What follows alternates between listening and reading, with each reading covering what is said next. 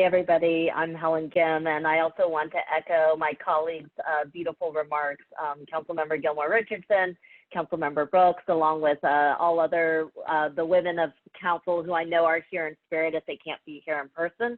Just want to express our incredible gratitude to a fellow group of women warriors who are creating space for our voices and our stories to come alive.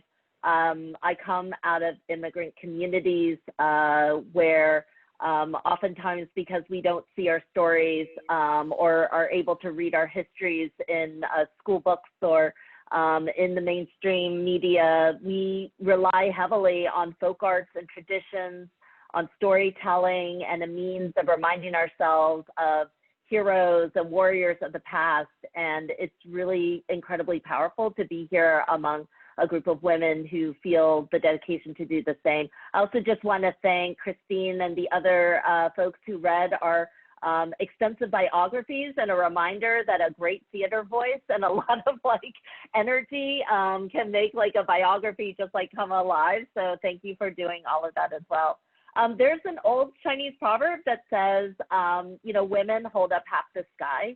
And the idea is that we are here as carriers of this earth. I mean, each and every day we get up and do what for most women feels like an everyday chore, which is we get up and we go out and we fix this broken world. We do it for our children, we do it for our families, we do it for our communities, and we do it for our ancestors. And when we talk about voting rights in this particular moment, I think it's really important for us never to separate the idea that somehow the ballot box is separate from our politics. I think if there's anything that this year has shown or the last 4 years have shown is that our politics are fundamental. We as women, our very lives are political. If you are Black, our very lives are political. If you're an immigrant, our very lives are political. If you are queer, if you are a mother, if you are youthful, if you are more experienced, our very lives are political right now in this moment. And we can't afford to separate what happens at the ballot box from what happens in our everyday lives. Certainly for all of us, the passing of Ruth Bader Ginsburg, a Supreme Court justice, of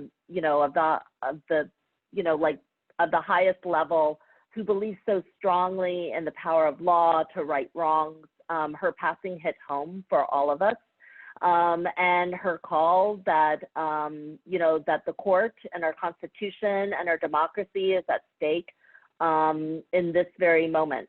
But on the night that we heard about her passing, Rosh Hashanah, I talked to my children about her, that she was born in times far worse than this and rose to become a warrior of warriors. She looked at a world that often broke faith and didn't hold, certainly didn't live up to the ideals of promise and democracy, but it had her believing more in the power of people's voices to make change, in the powers of the law to become better, in the realization that the Constitution is not an ancient document from, centuries ago, but it is and continues to be a living and breathing tool that comes alive when our hands touch it. And so in this particular moment, I think what I hope is that the energy that's sweeping through our streets right now, that's demanding justice and voice for Breonna Taylor, who are uplifting the voices of women, for Black Lives Matter, for DACA recipients and dreamers, who are saying all of our women's names and reminding us of the history and the legacy that we come out of, that this is a moment for women's voices to take to the streets, and then to the ballot box, and then to occupy and fill every single political space that we can. We should be overwhelming in this moment. We should be driven by what makes us women and what defines womanhood and feminism and justice and righteousness in this country right now. We should embrace rage and anger. We should not shy away from it. And then we should use the power of our ability to create life and to bring joy and to tell stories, and then to take that straight to the polls on November 3rd. You know, however things may feel like in this moment, you know, Ruth Bader Ginsburg reminded us that change comes one step at a time with purposefulness, resilience, and an eye towards the future. So I want to thank everybody from the Philadelphia Women's Theater group to thank you for honoring us, for believing in the power of women's voices, and to join our voices together from the creative community to the political community to create, you know, a real nation that we can all believe in.